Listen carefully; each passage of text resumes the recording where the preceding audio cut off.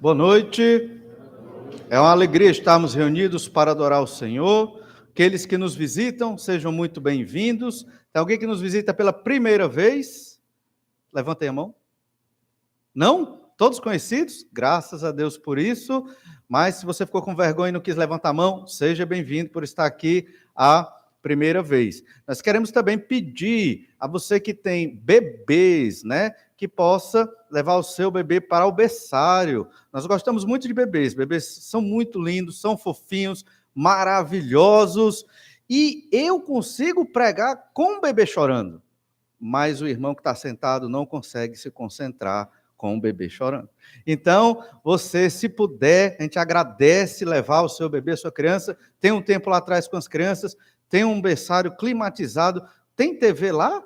Tem TV para assistir o culto do berçário? Você não perde nada. Está vendo aí que maravilha? Leva teu bebê, todos serão edificados. E os irmãos aqui, que às vezes o irmão está prestando atenção na mensagem, de repente o bebê, não é culpa do bebê. Pá, né, dá aquela chorada, o irmão se assusta assim, perdeu tudo que o pastor estava dizendo, até ele voltar para o sentido, já se foi. Mas, irmãos, graças a Deus pela bênção de hoje, quantos desafios com o Ministério da Irmã Gisele, né, desafio com o Departamento Infantil, com o Ministério de Criação de Filhos, desafio dos jovens. Você viu quantos jovens aqui? Então, próximo sábado, eles vão estar não breve, mas no outro, eles estarão aqui todos os jovens na mocidade, arrependidos dos pecados deles, buscando glorificar ao Senhor. Na verdade, orar pela nossa mocidade, nós sabemos que eu fico, às vezes, com pena dos jovens. A vida deles é difícil, é muito difícil, né? Eu estou casado com minha família, vida já maravilhosa, abençoada, né? Só esperar a volta de Jesus. Coitado dos jovens, tem que casar, tem que escolher profissão, né? Não necessariamente na mesma ordem, tem tantos desafios na vida deles, e eu acho que é um momento de sofrimento. Bem, mas vamos orar por eles, né? Que Deus esteja abençoando. Irmãos, 1 Coríntios capítulo 1, nós já estudamos do verso 1 ao 3, que trata sobre enxergar a igreja como Deus enxerga. Do verso 4 ao 9, vimos que a nossa gratidão é conhecer o Senhor Jesus Cristo, e hoje nós vamos continuar estudando 1 Coríntios capítulo 1, do verso 10 em diante, mas antes de ler o texto bíblico, pense aí na sua cabeça. Você já viu uma igreja desunida? Se você tem 10 anos de convertido, pelo menos você já viu uma igreja se fragmentando, ouviu dificuldades nas igrejas. Na nossa época, nessa época de modernidade ou pós-modernidade, surgiu um grupo chamado de desigrejados. São crentes, mas que não estão em nenhuma igreja, estão em todas, né? São crentes turistas, crentes passeando pelas igrejas, não querem se comprometer com nada, mas são muito espirituais, certo? E estão aí de igreja em igreja. Isso é muito comum, são os desigrejados. Será que isso é bíblico? Será que devemos aceitar a igreja ser desunida, a igreja local? Será que devemos nos submeter às mazelas do pecado da nossa época e aceitar que a igreja é isso mesmo e não nos comprometer com a igreja de Jesus? Lembre-se, o Novo Testamento nos ensina que a igreja é o corpo de Cristo. A igreja não é uma instituição. Aqui tem um nome, Igreja Batista Manancial, é o nome da instituição. Por conta da nossa geração, quase tudo é institucionalizado. A igreja tem que ter CNPJ, a igreja tem que ter uma conta bancária, a igreja tem que ter estatuto, tem que ter. Isso é o que a gente chama de institucionalização. Tem horário para começar, tem horário para terminar. Essas coisas necessariamente não são ruins, mas elas têm as suas dificuldades, porque elas acabam muitas vezes escondendo a essência da igreja do Senhor Jesus Cristo. Aqui é uma igreja, mas Jesus sabe a igreja verdadeira. Jesus conhece o coração daqueles que foram comprados pelo sangue dele derramado na cruz do Calvário. E só você sabe se você é crente em Jesus. Eu sei que eu sou. Tenho certeza e plena certeza disso. E quem é crente em Jesus faz parte da igreja de Deus, o corpo de Cristo, e está comprometido comprometido de vida com a obra de Jesus Cristo. Isso é muito importante. Por que a igreja às vezes é desunida? Por vários pensamentos. Pensamentos errados que entram na mente dos crentes e que acabam tomando posturas de vida e decisões erradas. Talvez por não lerem o suficiente a Bíblia, talvez porque realmente escolheram o erro, ou talvez porque nem sejam crentes. O fato é que o apóstolo Paulo, ele escreve essa epístola, 1 aos Coríntios, aos crentes da cidade de Corinto, uma igreja de Deus, porque aquela igreja de Deus passa por muitos problemas sérios, e um deles é porque eles não têm a mesma unidade no pensamento bíblico, no pensamento de Jesus Cristo. A Bíblia, em vários textos, defende que todos os crentes têm que ter a mesma disposição mental, o mesmo pensamento nos assuntos fundamentais da vida. Por exemplo, criação de filhos. A Bíblia diz como tem que ser. E tem que ser como a Bíblia diz.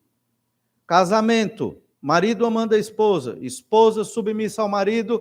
É a vontade de Deus. É bíblico, não negocia. Não há feminismo aqui. Na igreja de Jesus não tem feminismo e não tem machismo.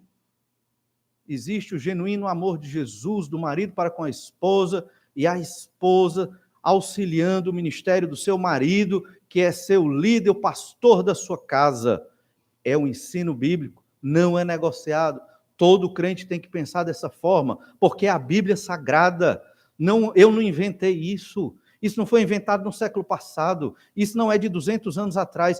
Isso é desde o início que o Senhor criou Adão e Eva, que esses ensinamentos e princípios estão aí. Aí eu discordo, pastor. Tudo bem. Na igreja, irmãos, ninguém é obrigado a estar aqui. Eita, pastor. Pois é. Ninguém é obrigado a estar aqui. A igreja é de Jesus e foi Jesus que nos atraiu para cá. E só está na igreja de Jesus quem quer estar na igreja de Jesus. Os comprados pelo sangue do Senhor Jesus Cristo. É um privilégio estarmos aqui, entoar esses cânticos a Deus, orar ao Senhor, é um privilégio que Deus nos dá. E nós não somos bons. Pelo contrário, pecadores convertidos e transformados pela obra do Senhor e do Espírito Santo de Deus. É graça, porque somos pecadores também, e cheios de defeitos e de falhas, mas o Senhor teve misericórdia de nós, e nós devemos pregar essa misericórdia, obviamente, para as outras pessoas. Então, uma igreja unida glorifica a Deus. Ela é unida não só nos relacionamentos. Esse talvez seja um erro ao ler o texto que nós vamos ler aqui. Não é só ter bons relacionamentos. Isso é uma parte da unidade. Mas a união da igreja é mais do que bons relacionamentos. A união da igreja é uma união de pensamento. Mesma sintonia, com o pensamento de Jesus Cristo. A igreja de Corinto não estava pensando como Jesus. E era por isso que ela era dividida. E por isso toda epístola vai tratar da divisão dos pensamentos daqueles irmãos, e por isso eles cometiam muitos pecados, inclusive pecados de imoralidade dentro da igreja, que eles não tratavam. Vamos lá então, pensando no tema de hoje, uma igreja unida glorifica a Deus. 1 Coríntios, capítulo 1, verso 10, diz assim: rogo-vos, irmãos, pelo nome de nosso Senhor Jesus Cristo, que faleis todos a mesma coisa, e que não haja entre vós divisões. Antes sejais inteiramente unidos, na mesma disposição mental e no mesmo parecer. Pois a vosso respeito, meus irmãos, fui informado pelos da casa de Cloe de que há contendas entre vós. Refiro-me ao fato de cada um de vós dizer: eu sou de Paulo, e eu de Apolo, e eu de Cefas, e eu de Cristo. Acaso Cristo está dividido? Foi Paulo crucificado em favor de vós? Ou fostes porventura batizados em nome de Paulo? Dou graças a Deus, porque a nenhum de vós batizei, exceto Crispo e Gaio, para que ninguém diga que fostes batizados em meu nome. Batizei também a casa de Estéfanas. Além destes, não me lembro se batizei algum outro, porque não me enviou Cristo para batizar, mas para pregar o evangelho, não com sabedoria de palavra, para que se não anule a cruz de Cristo. A igreja unida glorifica a Deus. Nós vamos ver 3 entendimentos aqui sobre a igreja e sobre a sua unidade. Pense unidade de pensamento. Não é unidade no sentido comunhão, certo? Porque muitas igrejas dizem assim, fazem assim: a igreja está desunida, vamos fazer um retiro para resolver os problemas da igreja de unidade. Isso não vai resolver, certo? Pode até dar uma aquecida na comunhão, mas não vai resolver. A comunhão não é a primeira parte a ser tratada. A primeira parte a ser tratada é o pensamento das pessoas, que deve estar em concordância com o ensino do Senhor Jesus Cristo. O crente, ele anda dentro da palavra de Deus, mesmo sendo um pecador, porque ele ama o Senhor Jesus Cristo. O não crente, ele não quer obedecer à palavra de Deus. Não quer dizer que nós acertamos tudo. Nós somos pecadores, mas nós queremos acertar. Nós lutamos contra o pecado. Pedimos força ao Senhor para nos capacitar para obedecê-lo. E nós não queremos mostrar para as pessoas que nós somos super crentes, porque isso não existe. O que existe, irmãos, são pecadores lutando, contra os seus pecados para glorificar o nome do Senhor. Às vezes, tombamos. O Senhor nos levanta, mas na maior parte do tempo estamos caminhando rumo à glória de Deus. 3 entendimentos sobre a unidade de pensamento da igreja. Primeiro entendimento: uma igreja unida pensa o mesmo de Jesus, ou que Jesus. Uma igreja unida pensa o mesmo que o Senhor Jesus Cristo. Você tem o mesmo pensamento de Jesus Cristo? E então, no verso 10, o apóstolo Paulo apresenta a tese praticamente de toda a epístola, de toda essa carta. E ele roga aos irmãos, verso 10, rogo-vos, irmãos, pelo nome de nosso Senhor Jesus Cristo. Então, é um rogo, é uma súplica, e é em nome de Jesus, não é qualquer coisa, é um assunto muito sério. E o que é que ele roga, o que é que ele suplica? Que faleis todos a mesma coisa. Tenham a mesma fala, tenham o mesmo discurso. Não é repetir as mesmas palavras, obviamente. Está se referindo aos pensamentos, que todos vocês pensem a mesma coisa. E ele diz mais: não haja entre vós divisões, antes sejais inteiramente unidos, outra expressão de unidade. Falei todos a mesma coisa, unidade. Inteiramente unidos, obviamente, outra expressão de unidade. Na mesma disposição mental, outro termo que se refere à unidade. E no mesmo parecer, 4 expressões sobre unidade de pensamento. Uma ênfase enorme, muito forte, muito concisa, para expressar como a igreja deve viver. E que o problema maior da igreja de Corinto é porque eles não pensam como Jesus.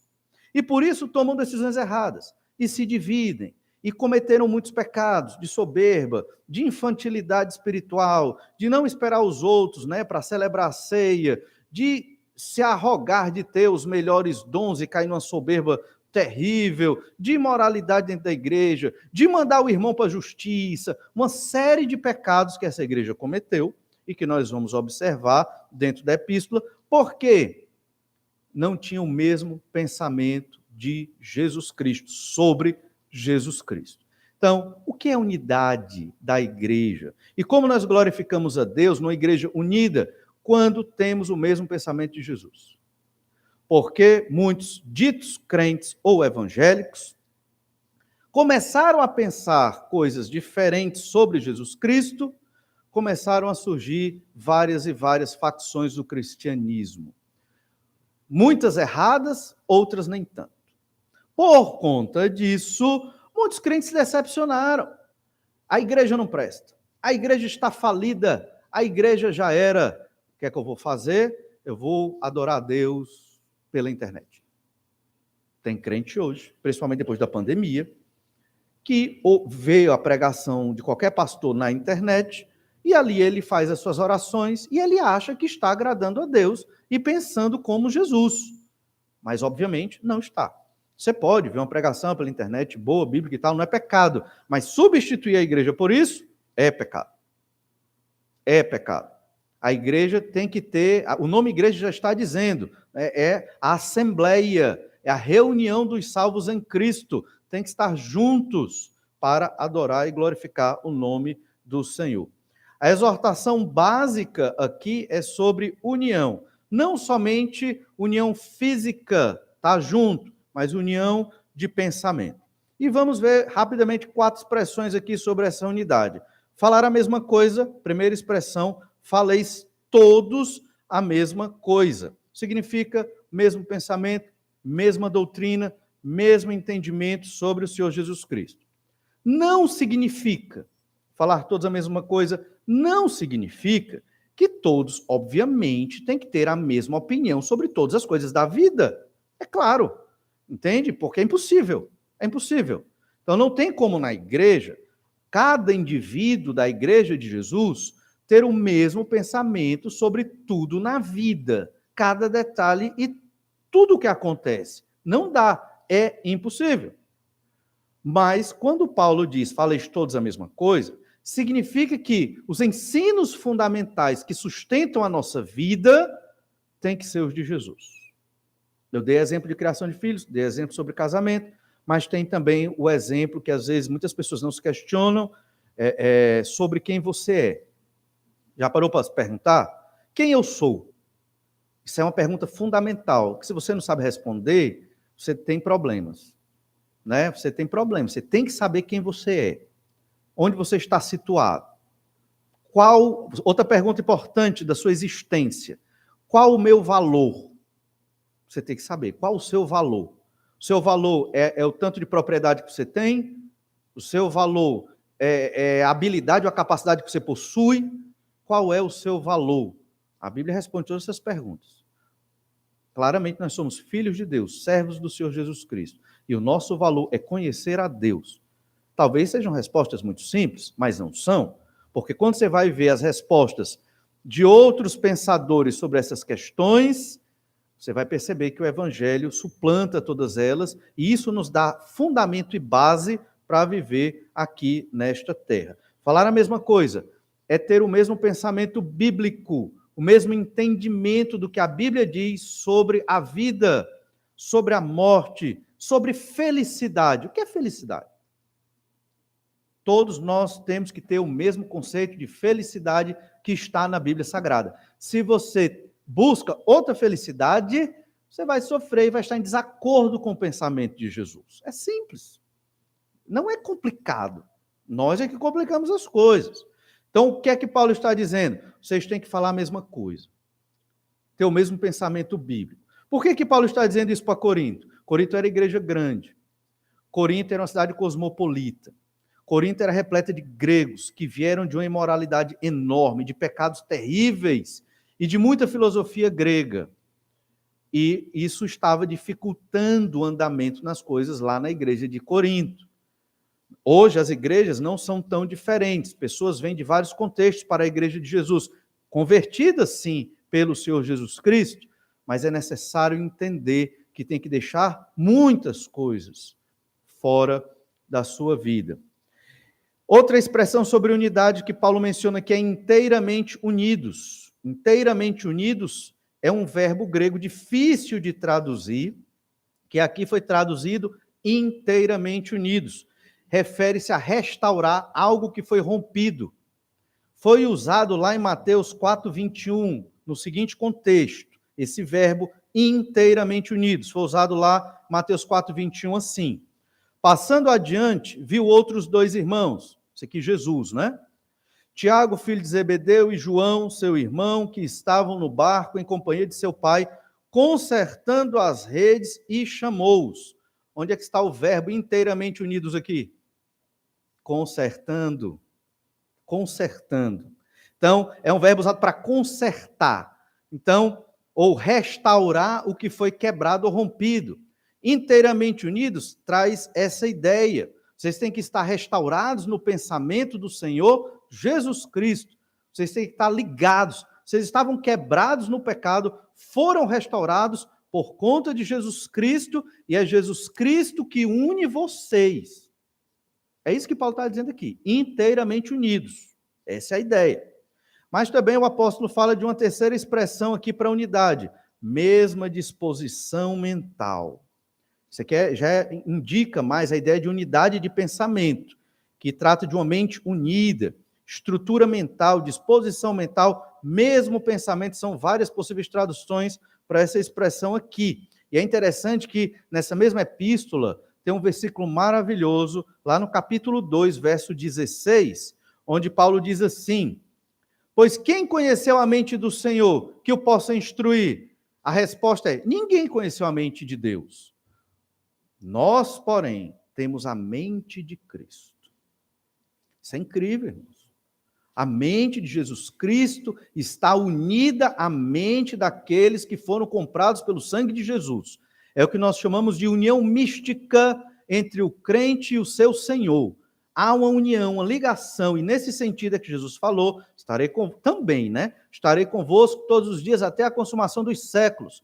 Aqueles que creram em Jesus estão ligados a Jesus. Estão ligados a Jesus. E o Espírito Santo habita em nós. E nós temos a mente de Cristo. Significa os pensamentos de Jesus, o querer de Jesus, a vontade de Jesus está plantada na nossa mente desde o dia da nossa conversão, quando rejeitamos o mundo, rejeitamos os pecados e nos unimos ao Senhor Jesus Cristo.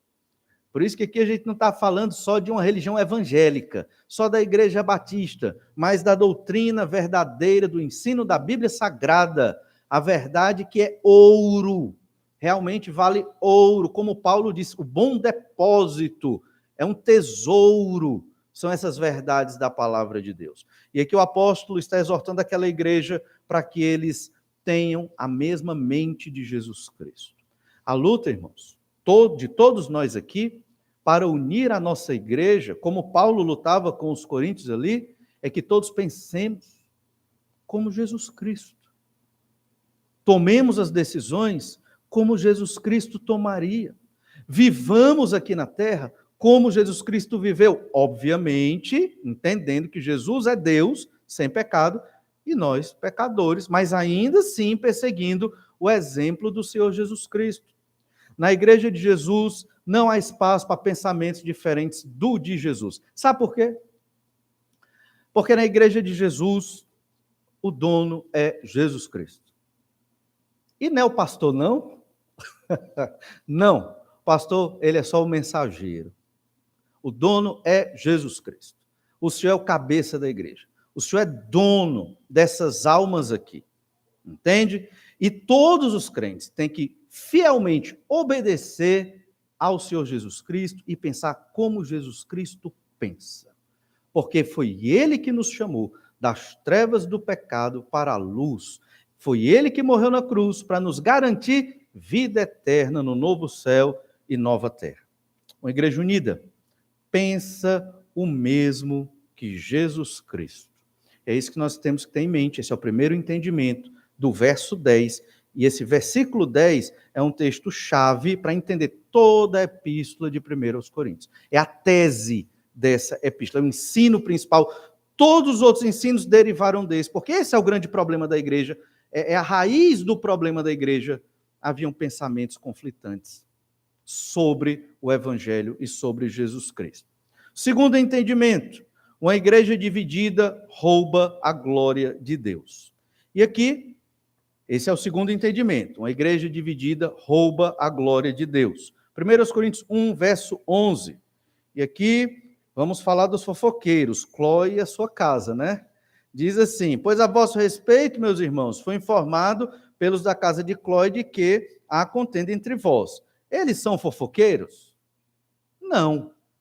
Certamente os da casa de Cloe, provavelmente efésios que estavam ali em Corinto, encontrando Paulo, disseram: Paulo, o negócio lá em Corinto está feio, a bagunça está grande, e entregaram tudo, e disseram, e pode dizer que fomos nós. Aí não é fofoqueiro, não. Agora, quando você diz: pastor, não diga o meu nome, não, você é fofoqueiro. Certo? O fofoqueiro, ele não se apresenta, entendeu? Até porque ele tem culpa no cartório, porque a Bíblia diz: ou você vai no seu irmão e exorta, ou você se cala e ora. Não venha falar para o pastor resolver o problema, que o pastor não viu, o pastor só ouviu de terceiro, nem pode citar a fonte, aí fica um negócio esquisito, não tem como resolver. E aqui, irmãos, nesse contexto, era uma situação muito complicada, porque era uma igreja. Talvez não toda, mas era um negócio de muitos irmãos ali. E então, Paulo dá nome, os da casa de Cloe. A gente não tem mais informações sobre essa família, mas eles me informaram que há contendas entre vós. Paulo acreditou, realmente ele talvez já tivesse entendimento que era verdade mesmo. E então ele começa a tratar do problema por carta. Verso 12. Refiro-me ao fato de cada um de vós dizer, eu sou de Paulo, eu de Apolo, eu de Cefas, eu de Cristo. Claramente aqui, você tem 4 pensamentos, 4 partidos. Eu faço uma pergunta. Paulo está escrevendo essa epístola. Está defendendo ter um pensamento único com o de Jesus Cristo. Por que ele se coloca, eu sou de Paulo? Será que Paulo mesmo estava criando um partido dentro da igreja com o pensamento dele? Óbvio que não. Acredita-se que Pedro nunca pisou em Corinto. Talvez Pedro nunca tenha andado lá, embora todos conhecessem Pedro, que ele era um apóstolo muito conhecido, mas não há documentação nem na Escritura, nem na história da igreja de que Pedro tenha andado lá por Corinto. Até porque ele se dedicou a pregar mais aos judeus ali em Jerusalém, nas circunvizinhanças. E então, será que Pedro estava lá em Corinto, era membro da igreja de Corinto, e estava formando um partido ali? Um pensamento diferente? Certamente não. Cristo, muito menos, sentado na glória, né? No seu trono glorioso, supervisionando e cuidando do universo. Então, Apolo, talvez, Apolo andou por Corinto, sim, Apolo provavelmente foi um líder lá em Corinto. Mas acho muito difícil que Apolo estava fazendo uma dissensão. O fato aqui é que irmãos daquela igreja, para adequar seus próprios pensamentos o seu estilo de vida, elencaram heróis, representantes, que nem queriam ser representantes deles, para apresentar o seu pensamento sobre o cristianismo. Por exemplo, um grupo disse, nós somos da corrente paulina, porque queremos missões. A igreja tem que ser só missões. Não tem que ter estudo bíblico, não tem que ter oração, não tem que ter nada disso. É só missões, missões, missões. Pronto. Alguns, estou dando aqui um exemplo, né? Não sei nem o que foi que eles defenderam lá. Mas provavelmente se ligaram o Paulo a esse grupo, era missões ou erudição acadêmica, que Paulo também era dessa linha. Né? Queremos uma igreja acadêmica, que só estuda, estuda, estuda, e pronto. Era o partido paulino. Partido de Apolo. Não, nós queremos um Cristo da retórica, um Jesus Cristo da oratória. Os gregos davam muito valor à retórica naquela época, e era uma disciplina muito cara naquele período. Então, Apolo, ele era um grande pregador, um grande orador, muito mais do que Paulo. E é provável que aquela igreja, ela dizia, nós queremos um Jesus da retórica, dos oradores, a igreja dos melhores pregadores, e o que importa é isso, é ter um pregador espúgio na igreja, a igreja presta. Pedro é o partido dos legalistas, que obedecem à risca à lei de Moisés. Os legalistas, você tem que vir com a manga da camisa até aqui, porque senão você está em pecado. Né? Isso é o legalismo, certo? É o legalismo. Então, a gola da camisa tem que ser aqui, né? E uma série de princípios que não estão na Bíblia, como o de lavar as mãos, por exemplo, né? Os discípulos de Jesus foram criticados por não lavar as mãos antes das refeições. Isso é um princípio bíblico? Não. É bom? É. Claro, né? Lave as mãos e tal. Mas não é um princípio bíblico, assim, no sentido de que você deixa de ser crente porque não lava as mãos. Certo? Então, havia o partido dos legalistas. E havia o partido de Cristo Jesus. Quem eram os de Cristo Jesus? Eram os mais espirituais, provavelmente. Eram aqueles que, eu quero dar meu testemunho, pastor. Ô, irmão, que bênção, dê lá seu testemunho. Não, é porque, aí começa o testemunho do irmão, chora, grita, e levanta a mão, e rola no chão, prega na parede, porque tem uma manifestação do Espírito Santo que a turma prega na parede, e prega no chão também, que não é manifestação do Espírito Santo, obviamente. É loucura, isso não é de Deus, certo? Mas são muito espirituais. Mas vá ver no mercado, devendo. Espiritualidade também é pagar as contas. Vá ver com a esposa e com o marido, brigando. Entendeu? Vê se a esposa está feliz, vê se o marido está feliz. Isso é vida espiritual. Vê se os filhos são educados na palavra de Deus. Isso é vida espiritual. Vê se está pregando o evangelho, fazendo discípulos, obedecendo às leis. Isso é vida espiritual. Vida espiritual não é só levantar a mão e ficar chorando. Pode chorar, irmão, não tem problema. Levantar a mão, aconselho que não. Nada contra, é só para não se identificar. Mas a ideia é, os de Cristo provavelmente eram os que diziam, eu nem sou de Paulo, nem de Apolo, nem sou de Pedro, eu sou o espiritual aqui. Era um pensamento, a gente não sabe ao certo o que eles pensavam ali, mas provavelmente estava ligado com esses líderes que não queriam ser líderes desses partidos. Haviam outros irmãos ali que estavam trabalhando tais pensamentos e que elencaram esses nomes para representá-los. Está entendendo? E eles estavam longe de Corinto. Cristo não estava lá, Paulo, nem Pedro, talvez Apolo. Percebem isso, então? Então, eram pensamentos conflitantes. E Paulo diz, eu sou de Paulo, Paulo dizendo, que eles estão falando, eu sou de Paulo, e eu de Apolo, e eu de Cefas, e eu de Cristo. E aí, então, no verso 13, Paulo diz, acaso Cristo está dividido? Por quê? Por que Paulo falou, acaso Cristo está dividido? Porque a igreja é o corpo de Cristo. Jesus está dividido nos seus pensamentos? Claro que não. Jesus sempre pensou a mesma coisa. E os pensamentos de Jesus estão revelados aqui na Bíblia Sagrada, no Evangelho, nos textos do Evangelho das Epístolas. Cristo não está dividido. Isso é uma pergunta para eles refletirem. Paulo era um rabino convertido, claro, mas um mestre do ensino. Quando ele lança uma pergunta dessa, é para eles refletirem. Como Jesus pode estar dividido? Como a igreja de Jesus pode ter pensamentos conflitantes? Não pode. Por isso que a igreja tem que ler a Bíblia e orar para o Espírito iluminar. Ainda no verso 13, foi Paulo crucificado em favor de vós? Interessantíssimo. E é Paulo aqui falando, né? Será que eu fui crucificado em favor de vós? Como eu posso ser o líder de vocês? Como eu posso ser o pensamento que norteia a vida de vocês? Eu não fui crucificado por vocês. Quando Paulo fala isso, ele está introduzindo o tema fundamental para unir a igreja, a cruz de Cristo. A igreja é fundamentada num Deus que foi crucificado, o Senhor Jesus Cristo. Esse é o fundamento da igreja em todos os aspectos, para a nossa salvação, para a nossa ética, para o nosso amor, para a família. Tudo está em torno do fato do Senhor Jesus Cristo ter sido crucificado.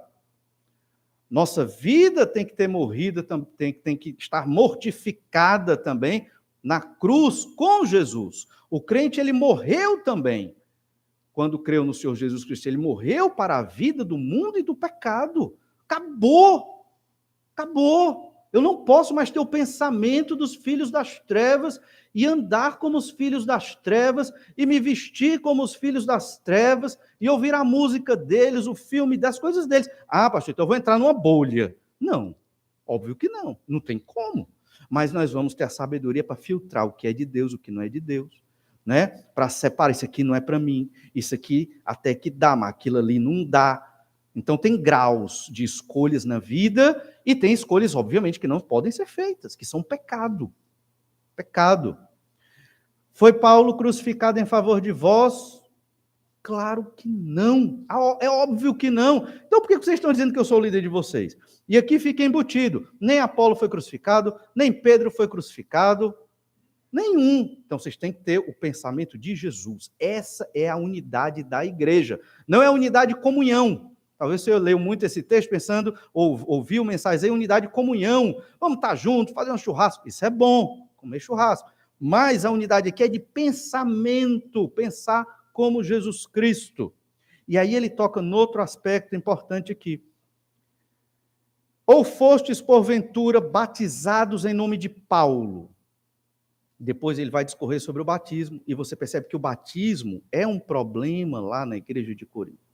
Eles tinham um entendimento errado sobre o batismo, e isso dentre vários outros entendimentos errados ali, e então ele quer mostrar que ele não batizou ninguém. Quer dizer, poucas pessoas, né? Ele cita o nome das pessoas a quem batizou. Olha, em 1 Coríntios 12, 27, nós lemos: ora, vós sois corpo de Cristo e individualmente membros desse corpo. Veja que lá no capítulo 12, para resolver a questão dos dons, o apóstolo está argumentando sobre a unidade do corpo de Cristo para explicar o problema dos dons espirituais na igreja de Corinto, porque o problema todo é uma divisão de pensamento, é pensar diferente de Jesus. Está afetando a aplicação dos dons espirituais, afeta a ceia do Senhor, afeta a maturidade da igreja, afeta a humildade da igreja, afeta a pureza da igreja, porque pensam diferente de Jesus Cristo. Quando você for procurar uma igreja para você congregar, você tem que procurar uma igreja que pense como Jesus. Ah, mas como é que eu sei que uma igreja pensa como Jesus? Você tem que ler a Bíblia, todo dia. Você tem que fazer a tarefa de casa. Você não quer passar no concurso, não está estudando todo dia?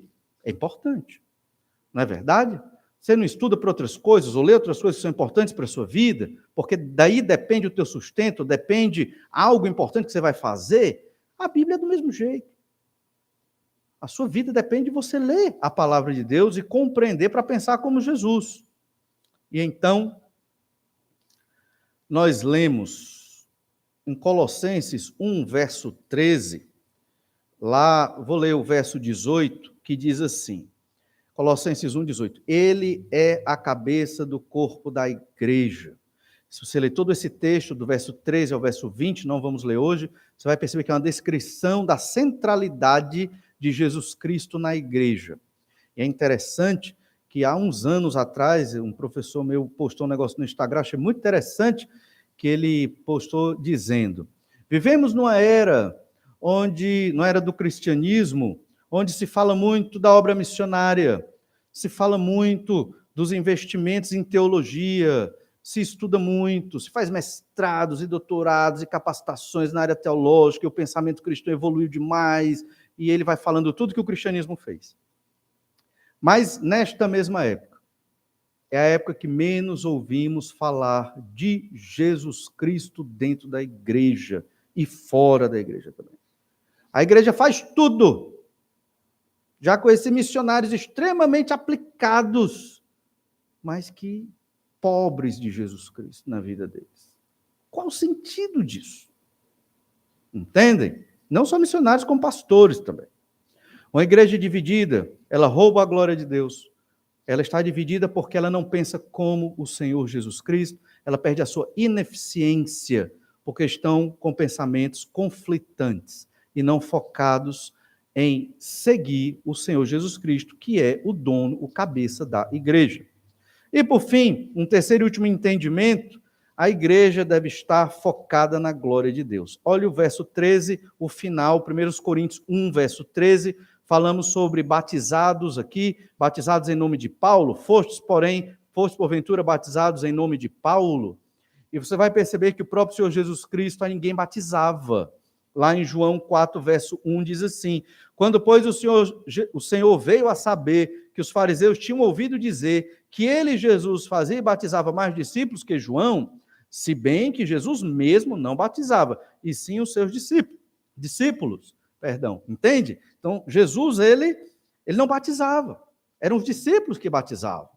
Isso é interessante. Por quê? O problema aqui com relação ao batismo é que eles estavam criando estes pensamentos a partir de certas convicções que eles tinham da vida cristã, convicções erradas, discordantes de Jesus Cristo, e estavam legitimando isso a partir do batismo, provavelmente.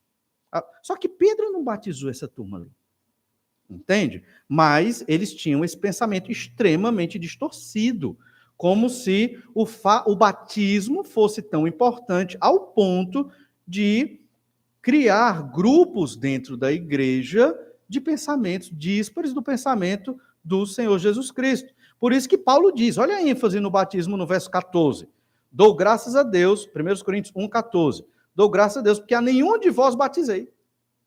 Eu não batizei. Então a ideia é que esses grupos de pensamentos eram formados por batismos de grupos ali que traziam uma certa relação e parceria, de alguma forma, e eles nutriam pensamentos diferentes do de Jesus Cristo.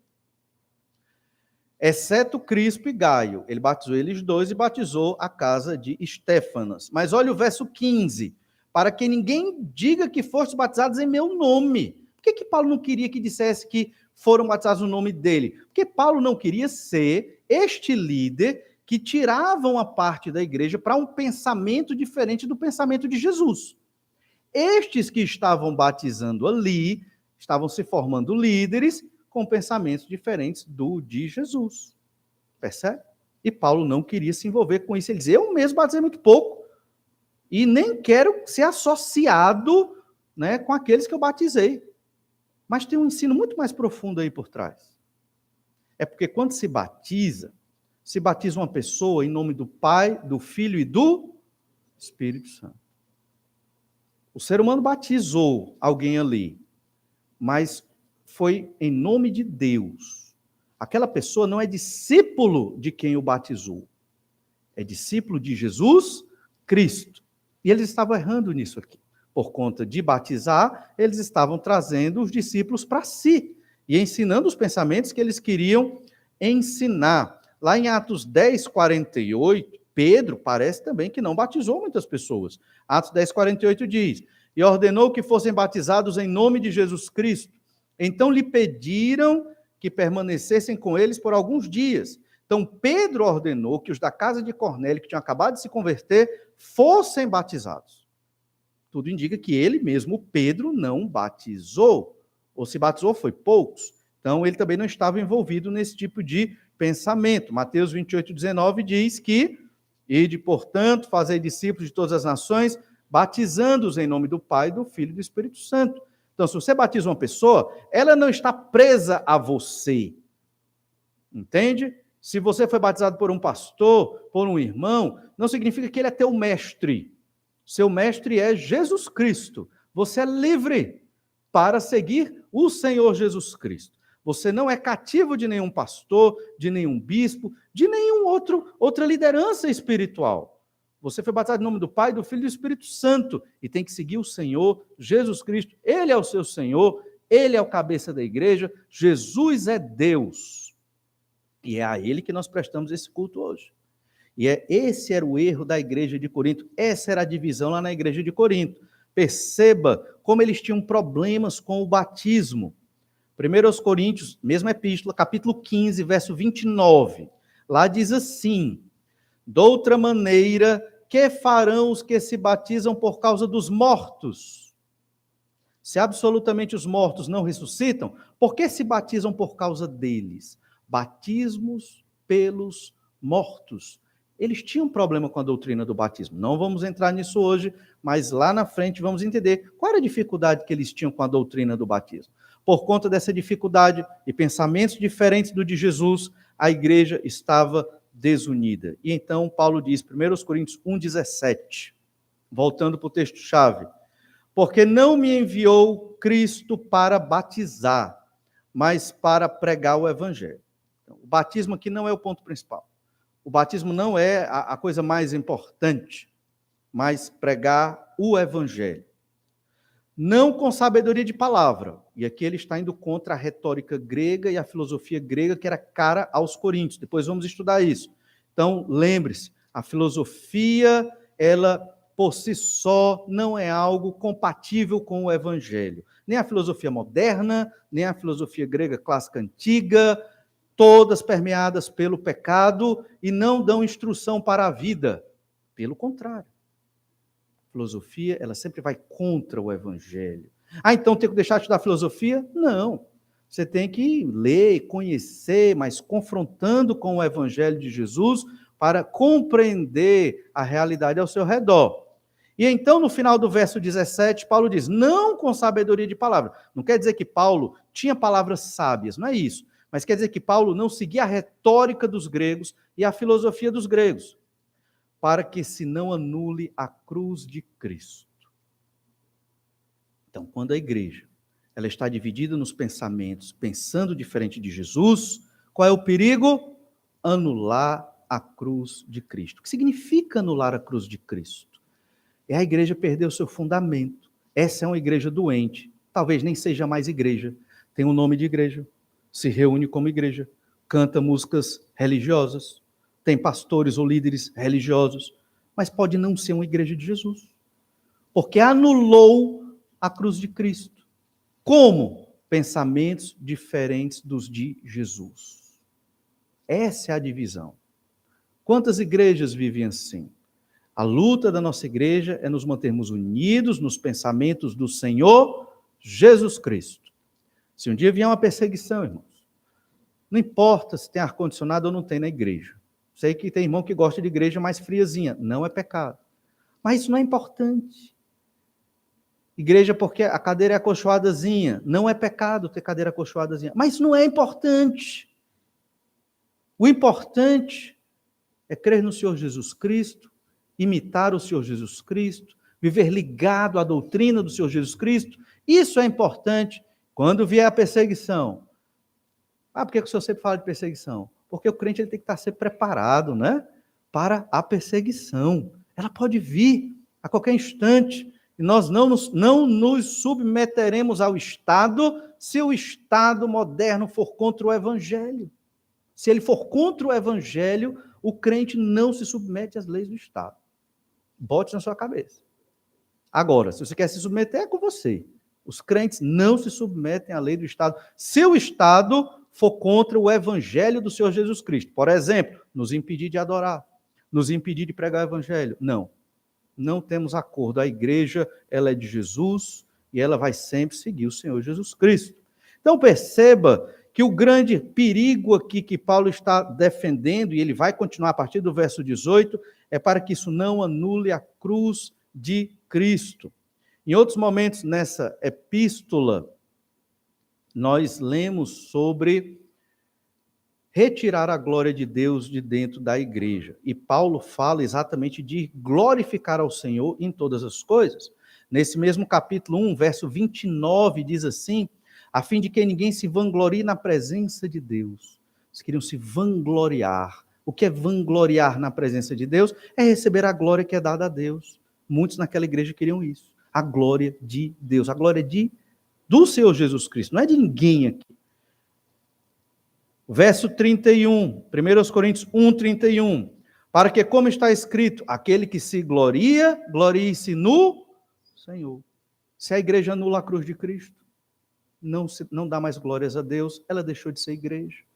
E qual o risco da igreja de Corinto chegar nesse ponto? Divisão de pensamentos. Pensamentos diferentes dos de Jesus. 1 Coríntios 10, 31. Portanto, quer comais, quer bebais, ou façais outra coisa qualquer, fazei tudo para a glória de Deus. E ele bate nessa tecla ao longo da epístola, qualquer coisa que você fizer, no seu casamento, na sua família, no seu trabalho, no seu lazer, onde você estiver, você tem que estar ligado, pensando, é para a glória de Deus? Deus se agrada disso? Deus permite isso? Jesus gosta disso? Se sim, eu posso fazer. Se não, eu não posso fazer. Igreja unida no pensamento do Senhor Jesus Cristo glorifica a Deus. Igreja unida pensa o mesmo que Jesus. Uma igreja dividida rouba a glória de Deus porque anula a cruz de Cristo. E uma igreja deve sempre estar focada em glorificar o nome do Senhor. Vamos orar, pedir que o Senhor nos abençoe para sermos essa igreja do Senhor Jesus Cristo. Obrigado, Pai amado, pela Tua palavra, que de maneira tão clara nos instrui, Senhor. E sabemos que se seguirmos a Tua instrução, Teu nome será glorificado e seremos felizes nessa terra, apesar das perseguições e dificuldades, e muito mais ainda na glória por vir. Abençoa-nos, Senhor Deus, para que retiremos da nossa mente, dos nossos corações, qualquer pensamento que seja contra o Teu Evangelho. O Senhor sabe do nosso coração extremamente pecaminoso. Senhor Deus, que o Teu Santo Espírito nos purifique a todos aqui como igreja, a ter os corações purificados, mente transformadas, para viver como o Senhor quer que vivamos, a semelhança do Senhor Jesus Cristo, com a mente de Cristo. É o que eu te oro e peço por todos nós, em nome de Jesus. Amém. Deus lhe abençoe. Nós temos um tempo de oração silenciosa agora. Ore mais um pouco ao Senhor. Uma boa noite e até a próxima semana.